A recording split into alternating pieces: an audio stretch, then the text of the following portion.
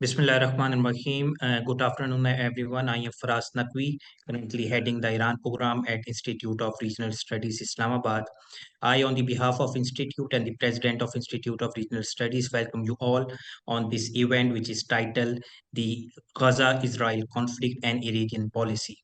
As you all might have known that since the start of this conflict on October 7, 2023, it was expected that Iran at some point would intervene on the behalf of Gazans and Hamas, specifically since Hamas is being considered as the proxy of Iran along with many other like Houthis and Hezbollah. And if the conflict would escalate and go beyond the boundaries of occupied Gaza, Iran would definitely gonna intervene, and it could become a direct conflict between Israel and Iran.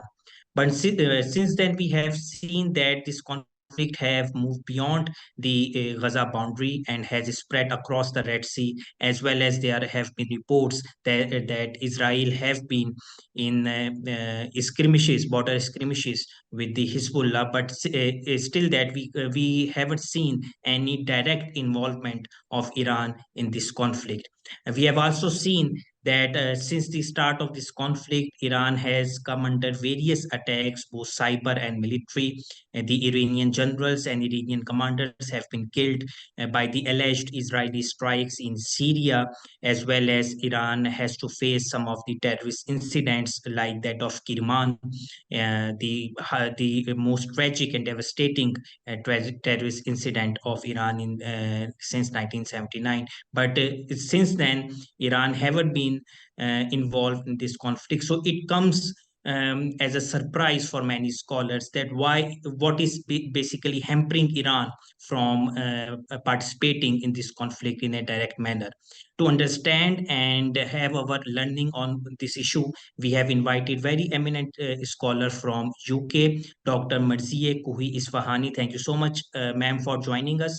Dr. Marzieh is basically the assistant professor at School of Politics and Government at Durham University. She has been the author of two books on Iranian policy towards South Caucasus, as well as influential think tanks in UK security and foreign policy. Apart from that, Dr. Marzieh have co-authored various journal articles as well as book chapters. So, Dr. Marzieh, over to you. And before that, let me begin with a very pertinent question: that why Iran hasn't been able, or is it an intentional policy on the behalf of Iran to not directly intervene into this Gaza conflict, while we see at many instances that Iran has been able to directly threatened the existence of Israel. For example, the comment of Supreme Leader Ayatollah Ali Khamenei that Israel won't be able to see next 25 years, as well as other options as well. So, despite having these incidents and these statements, we haven't seen any direct Iran-Israel conflict. So, just let us go through all this episode and help us understand that how Iran is being adopting the strategy to counter Israel. Thank you. Good morning. Thank you very much, Mr. Faraz, for inviting me, and thank you for the audience for attending this event. So, in order to provide a better understanding of Iran's position on Palestine and the current ongoing has not been involved in the limits of Iran's involvement in this conflict. I would like to borrow from neoclassical realism and provide three levels of analysis, which is domestic, regional, and international, and offer factors which affect Iran's position on the current crisis. So if we look internationally, we know that Iran has been under consistent threat, continuous threat for decades. And this and the fact that Iran has been under so much tension with its neighbors, with the United States, with Israel, which is not directly neighbor, and so on, has had its impact on its economy, on its domestic politics, and so on. So that is one level. Also, because of various factors, and I'm not, because we only have 20 minutes, I'm not going to go to in the Q&A session. I can expand on it, but at this stage, I just say that various factors has resulted in isolation of Iran in international scene. So there is one actor might do something hoping that others would follow and support, or at least provide some sort of support. We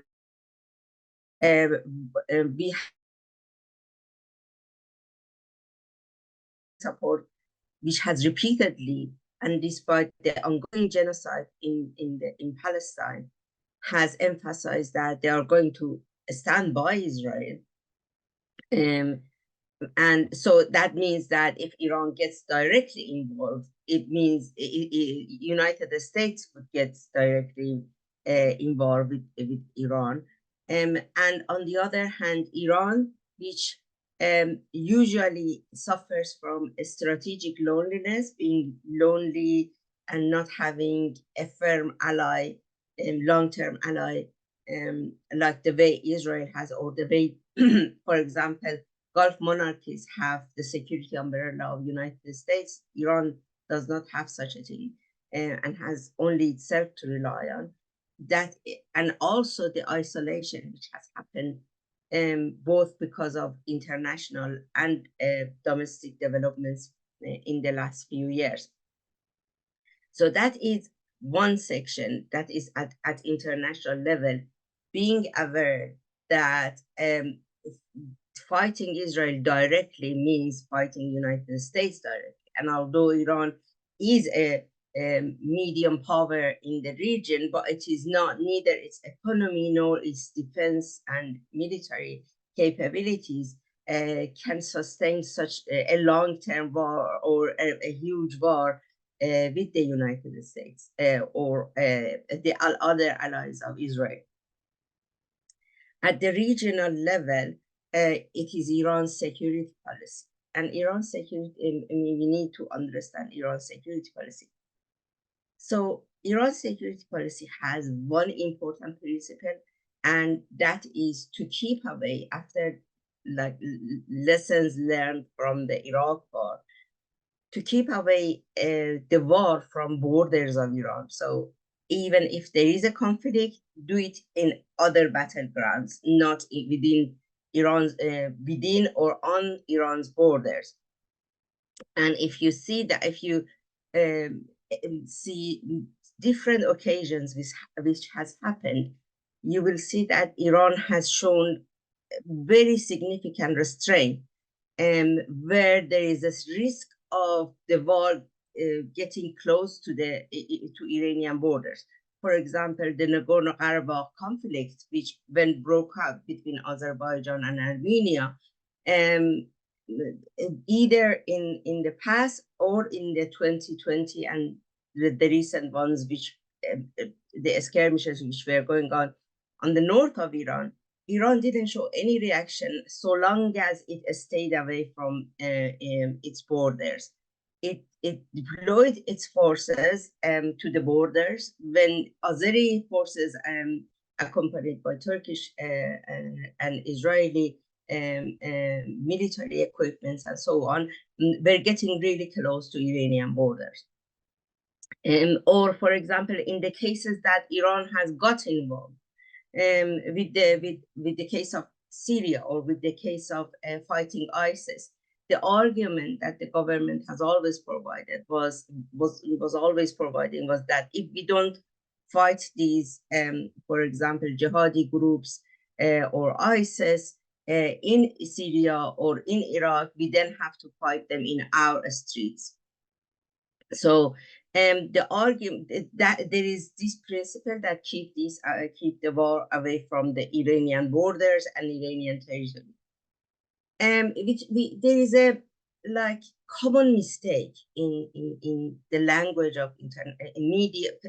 I mean, it is it has been promoted by media, but has become popular in international relations language as well. To talk about non-state actors who are aligned with Iran as proxies. I always explain for my students that the definition for proxy is different from ally or some actor who is aligned with you. Proxy does whatever the main actor requires. So, for example, if you employ proxies for your computer, it does as you wish. That is the case for proxies in international relations as well. They follow the orders of the main actor. However, these actors such as Hamas, Houthis, Hezbollah, and so on, they have their different level, but they have quite a lot of autonomy from Iran. They get support from Iran, they get finance from Iran, they get arms, and even in many cases, for example, with the case of Houthis attacking ships in the Red Sea, and they get a strategy from Iran. But it is not Iran who is sitting on the command and control room of these groups. An important or significant evidence for this is when Iran was involved in Syria, trying to keep Assad in power, and it invited proxies to help out. Hezbollah got involved. Hamas didn't. Hamas exited and reduced significantly its relations with Iran. And that is another discussion for what was behind the scene and why did Hamas did so.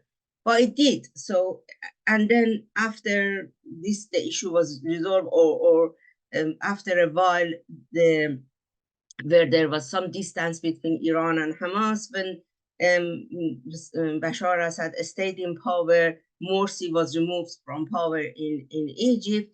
Again, Hamas got close and came to visit Iranian leaders in Iran, and they got close again. So it shows that these groups and these non-state actors are aligned with Iran in their resistance, and that is why they are called axis of resistance.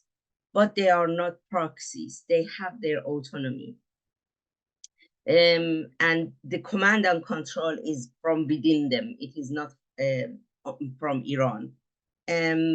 As Iran has always stated, it provides for them advisory role, or it prides itself in providing them with advanced missiles and military equipment, training, and so on. Iran is not hesitant in claiming that they do that. But the main decisions comes from within those groups. So saying that Iran's proxies did that, but Iran didn't get involved, is also a bit misleading.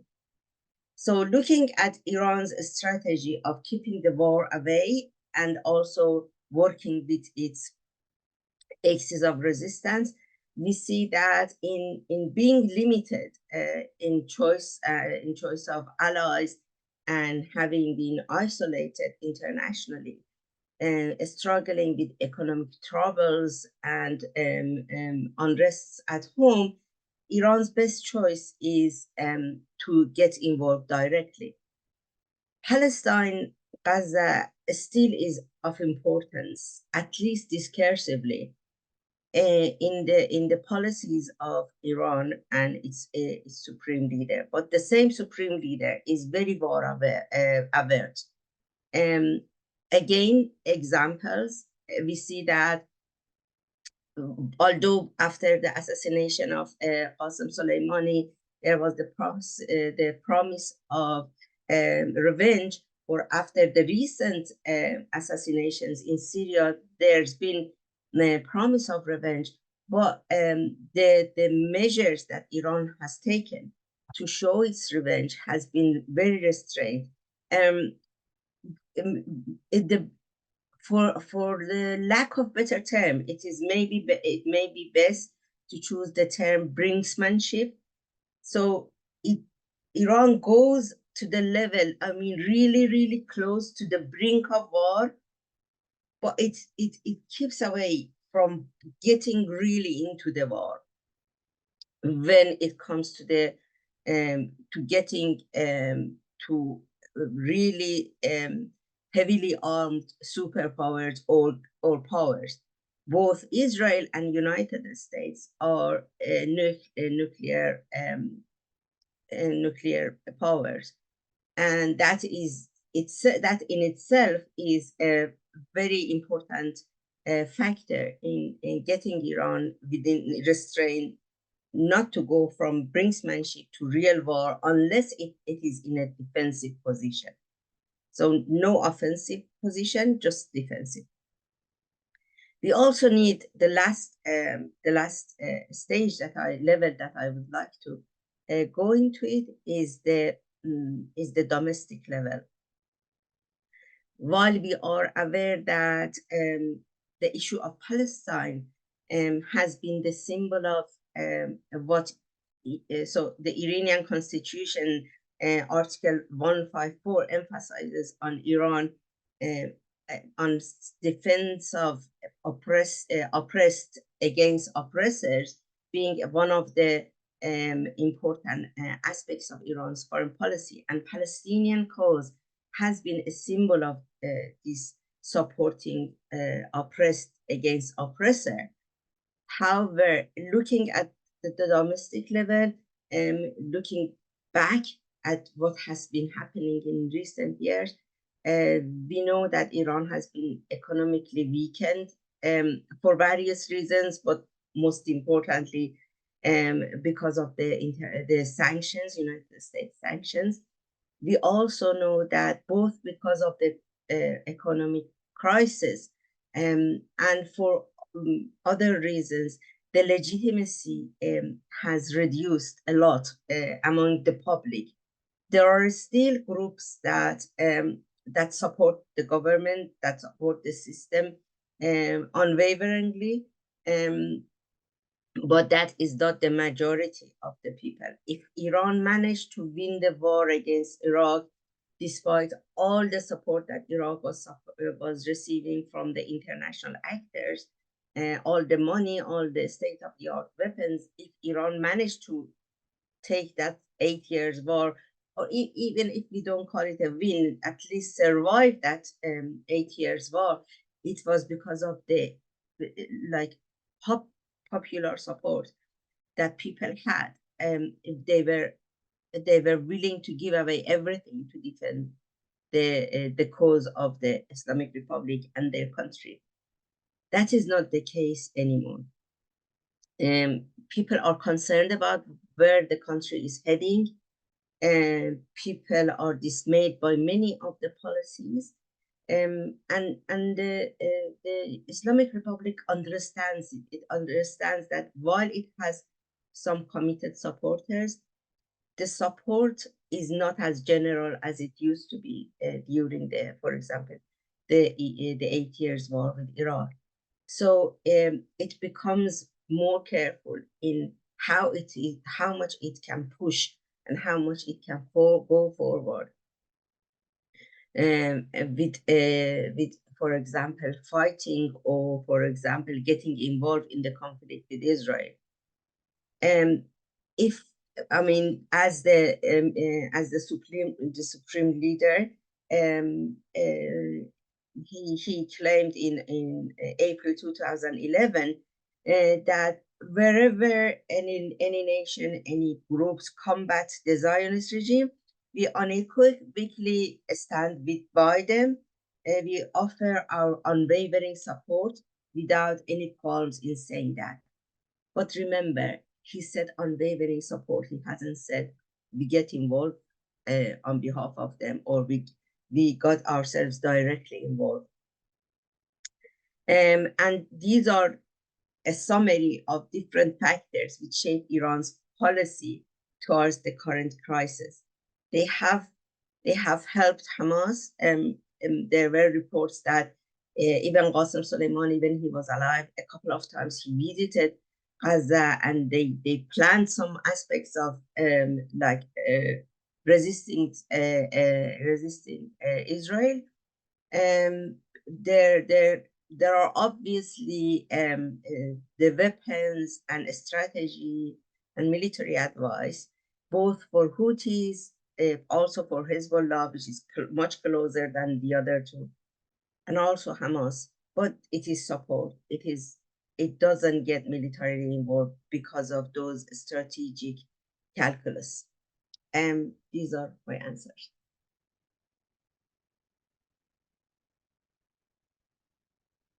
Thank you so much, Dr. Marzieh. It was quite a comprehensive elaboration of the events and Iranian policy by using the tenets of neoclassical realism. I greatly appreciate that.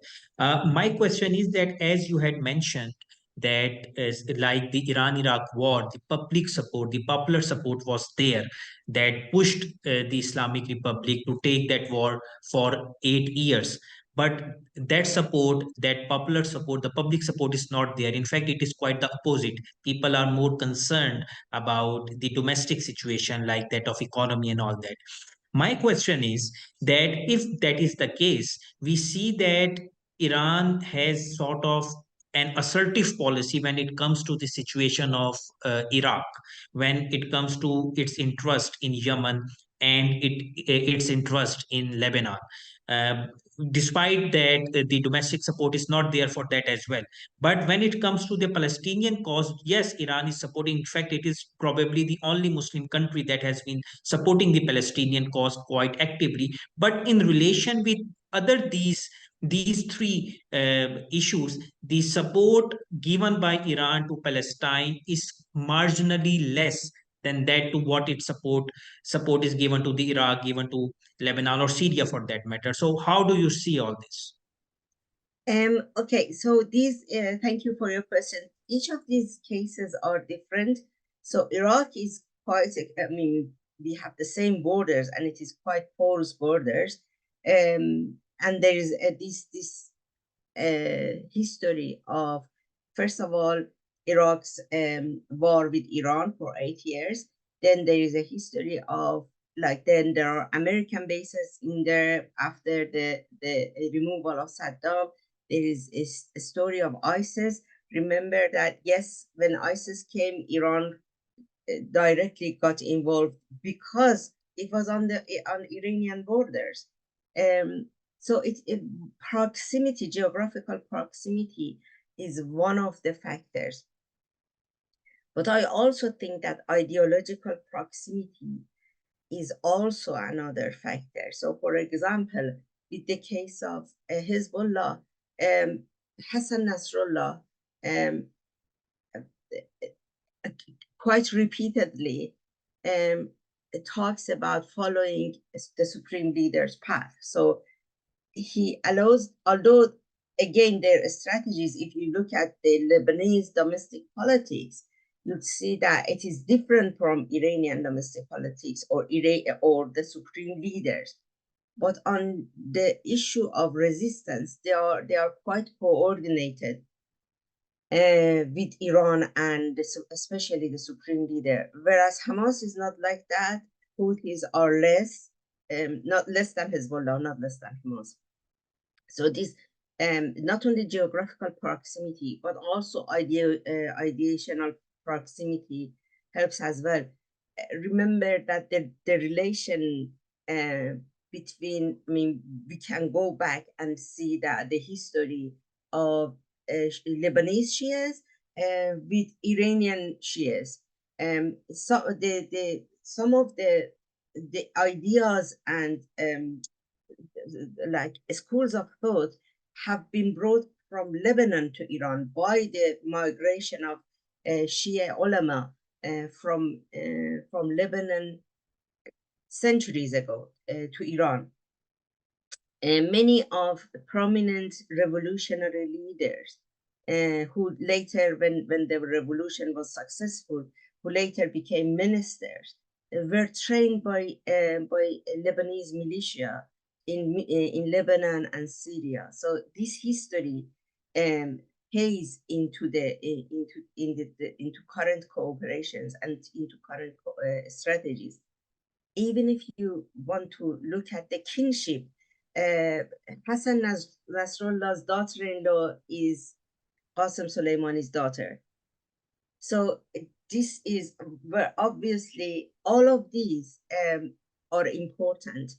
And also the fact that how much access Iran can have to get involved with in Gaza, and how much it has to get involved with Lebanon and support Lebanon. It is not easy for anybody to get to Gaza or get in contact with Hamas. Remember that all the evidence, intelligence evidence, showed that Iran was not even aware that Hamas is going to carry out this attack.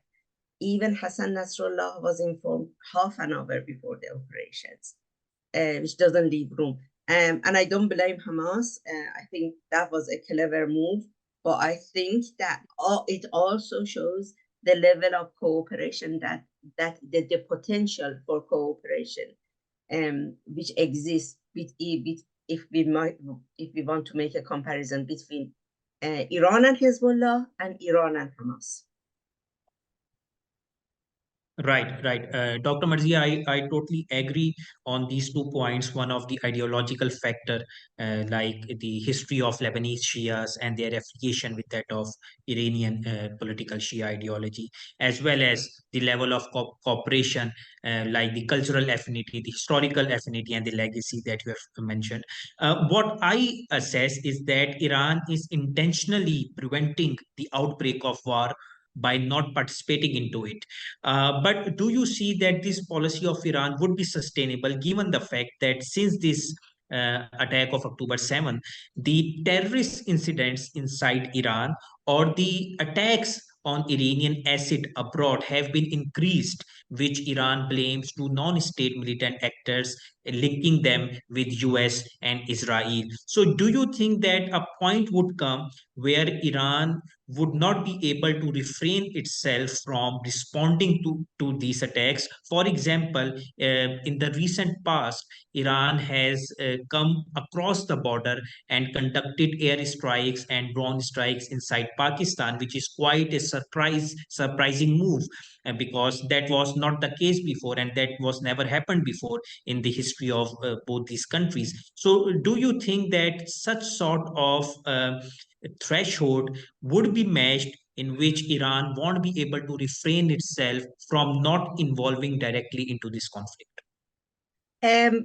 I believe as long as Iran hasn't been directly see both Iran and United States are hitting each other in Syria, or for example, are attacking each other's bases, personnel, and so on in Syria or in other places. But as long as Iran's territory has not been directly attacked by an external enemy, I mean, in this case would be Israel and the United States, then I don't think Iran would get in a huge war directly involved with the United States or another actor. I believe that that threshold is reserved for direct territorial military attack. By non-state actors, they are at best proxies, okay? So the proxies would be hit by proxies.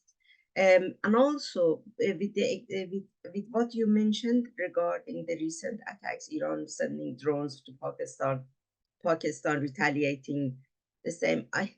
One important factor that we need to keep into account is the highly fragmented domestic politics of Iran. It is the politics of Iran is no longer fragmented between like reformers and conservatives. The conservatives have been fragmented into many sub-factions and subgroups. And these sub-factions and subgroups are in huge rivalry with each other over the main issue is that who would be the next supreme leader. But at the moment, over each elections and so on. So as the elections get closer, and we are getting to one of the elections,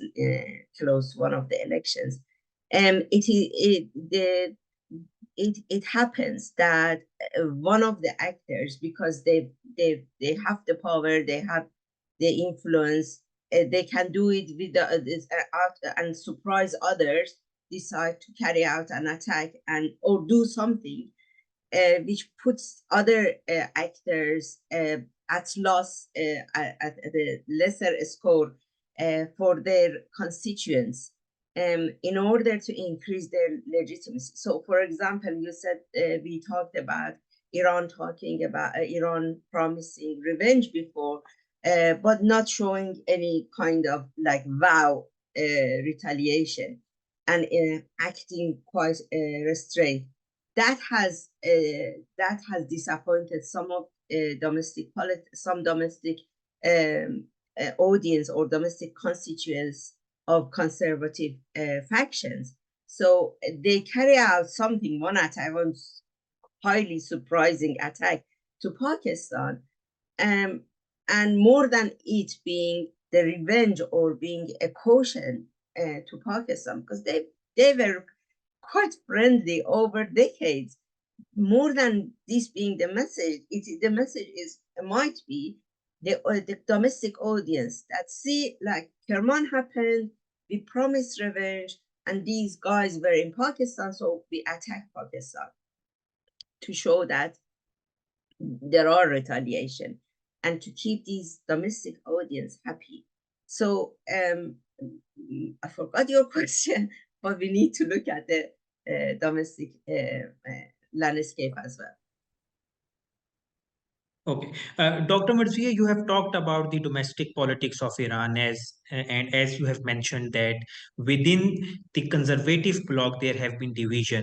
In fact, there are reports that conservatives have been subcategorized into traditional conservatives, pragmatic conservatives, and neoconservatives. And the current president of Iran, Ibrahim Raisi, is considered neoconservatives who are more close to IRGC or the military establishment for that matter inside Iran. So, do you think that since we are heading towards the election of parliamentary elections in March 2024, and these elections would also seal the fate of the seat of supreme leader, since we would also observe the elections of assembly of experts that would inevitably be decisive in choosing the next supreme leader. So, do you think that after these elections, we might be able to see some change of policy of Iran regarding the Middle East, specifically the Palestine issue, or we would have to see and watch the presidential elections that are going to be held in 2025? I believe that whoever does studies for Iran's foreign policy, they know that the red lines are set by the supreme leader, and these the occasional surprises which comes, they don't like change the red lines. So with regards to Palestine, there wouldn't be a change of policy or for example, with regards to Iran's security policy, there wouldn't be significant change unless there is a change of the supreme leader and the new supreme leader has another attitude. Unfortunately, among the new conservatives, there is a wing that they call themselves revolutionaries, but they don't have that much background in the revolution or even in the 8 years war. They haven't been involved in that, but they act revolutionary in a way that, first of all, it is attractive to popular to people who are still committed to these causes, but also this one group or like this group, which is like they are not very big, but they are very influential. They also have apocalyptic views, and believe that that like the Iranian Shiism is 12er Shiism. They believe that in apocalyptic time, Mahdi would emerge and would save Muslims and oppressed people from the oppressors. And this particular group believe that the more the situation become dire, the emergence of Mahdi is more imminent, is closer. So it might be that they may resort to actions and strategies which are highly risky and dangerous. And who puts restraints on them? The policies of the supreme leader. It is not the president. The president can have influence depending on their experience, character, history within the revolution, and so on, such as, like, for example, Rafsanjani had or Rouhani had. But not all of the presidents are strong in character as much as the others. And in those cases, it is the power and the word of the supreme leader which restrains the more radical factions of conservatives.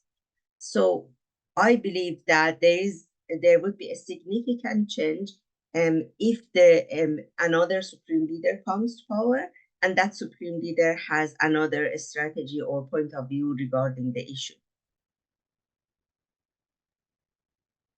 Right. Dr. Marzieh, we have also seen that the current president of Iran is not like the previous presidents of Iran. For example, Rouhani had some international stature. Rafsanjani had some international stature. For that matter, Ahmadinejad had some international stature. But the current president of Iran is considered as quite a weak president in terms of making decisions, in terms of developing strategies and policies, as well as when it comes to the security policy, because Iran is a country which is not very well known for having the terrorist incidents. But for the past 3 to 4 years, we have seen a increased trajectory, an upward trajectory when it comes to the terrorist incidents inside Iran. For example, the attacks inside the Shrine in Mashhad, in Shiraz, now in Kerman. So, do you think that there could be an influence of the president as well when it comes to the policy of Iran in the Middle East, that not directly involving into the into the Palestine issue would suit better for having the strong position domestically? Because if Iran is going to involve directly, it would definitely invoke the reaction from Israel and other enemies. And that would further lead towards the delegitimization or weakening of the government of Ibrahim Raisi. Okay, so thank you for the question. So two points. First of all, regarding the increased terrorist attacks and what is happening in recent years, and the relation between like how influential would be the president or how it wouldn't be. We need to keep in mind that, as I mentioned, the red lines are set by the supreme leader. However, the executive is the government, is the president and its government. The problem with the Raisi's government is not only he is considered weak, but his government lacks competent people. So people who have been more qualified or more competent, even from the conservative factions, they have been excluded, not only from the government but also from universities, from different establishments which can be influential. Taking people who are competent and who have experience, who have the knowledge, who have the ability to not only set the strategy, but also put it into action, impacts any government in any parts of the world. And that is why we see increase, for example, security risk within Iran, because the minister of, like the interior minister, may not be as qualified or as competent as previous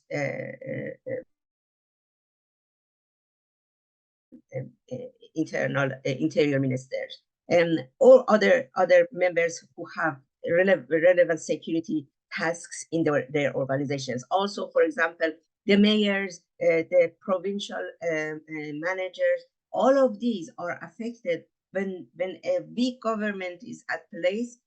It has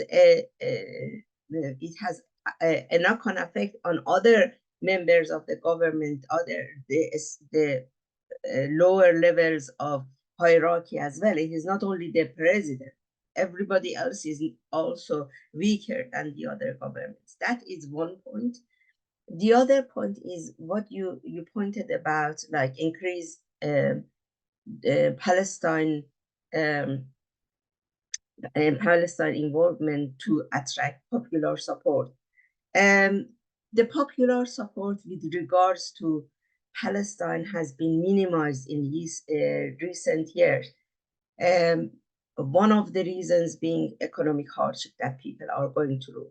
The argument is that we are suffering. We have people who don't have, who are homeless, who are in dire situation. Kids are dying from lack of medicine and so on. And you are spending money on Palestine and Lebanon. So this is some, like, if you monitor recent popular unrest, one of the mottos which has been repeatedly chanted by the people on the streets were no Gaza, no Lebanon, and we want just Iran. So the popular support for Gaza or for any other oppressed cause has minimized because of the hardship that people are going through. And as such, that wouldn't be an attractive policy for any government to spend more, either from financially and economically, or get itself directly involved in the Gaza crisis, create more hardship for people in order to get popular support.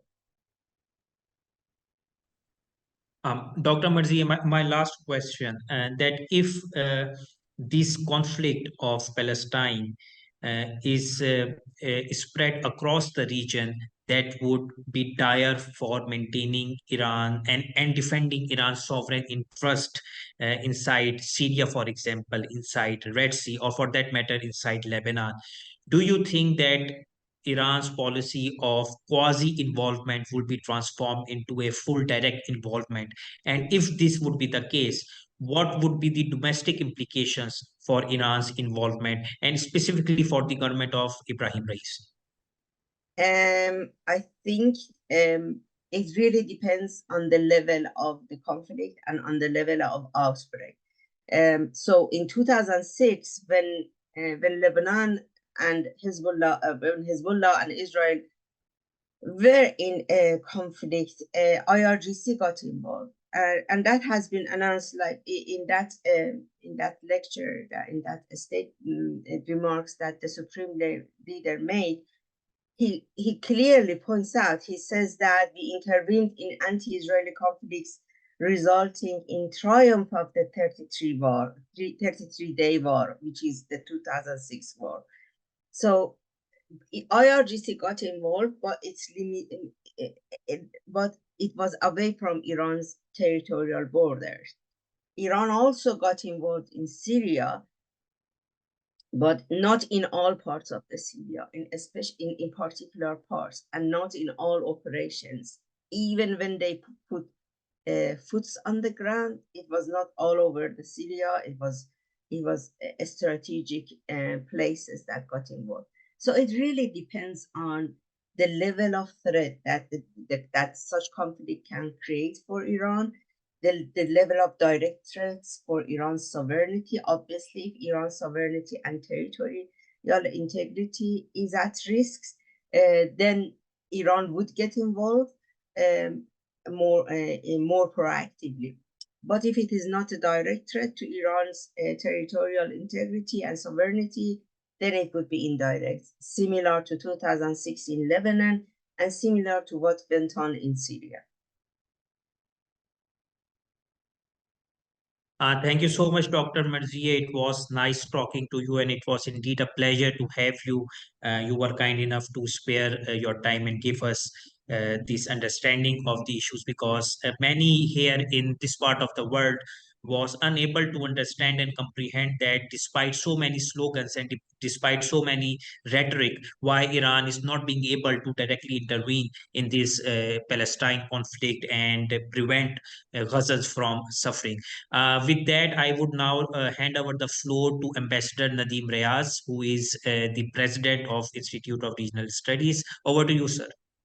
Thank you very much, Faraz, and thank you very much, Doctor, for being here with us. It was really a pleasure listening to what you said, and you gave a new perspective to the entire uh, conflict which is going on. You have a deep insight into the Iranian domestic politics. I would have loved to ask a few questions, but I think due to paucity of time, for us who was conducting the entire exercise, basically tried to put together all these questions. But thank you for being here. It was very educative. I learned a lot. And thank you for sparing the time. I know that there is a time difference between you and us. For you, it's morning, and we have really finished our day. And my apologies for a low turnout, because normally, we have a lot of people, but as the day has ended, and if you're following the news, we've had elections, so people are still in the mode of actually coming back. So we do have a slightly less than normal attendance. But thank you very much, and we would like to. I would actually ask for us to basically have a panel discussion, or rather a roundtable with you, because um, the regional politics, in my opinion, is not only complex, but I think it is complicated. And now, with elections taking place in Pakistan, elections going to be held in Iran, uh, the way things are unfolding in the Middle East and especially Gaza, I think we are in for pretty turbulent times, the way I look at it. Um, I don't think we can rule out conflict. I don't think we can rule out any escalation. We can only hope and pray that better sense prevails and the situation is kept under control, and especially for the people living in Gaza. And to be very honest with you, I don't think intervention by any power would be a very easy decision. It would be a decision which would be fraught with I think, multiple challenges, and it would not only involve financial, economic, but also a lot of loss of human life.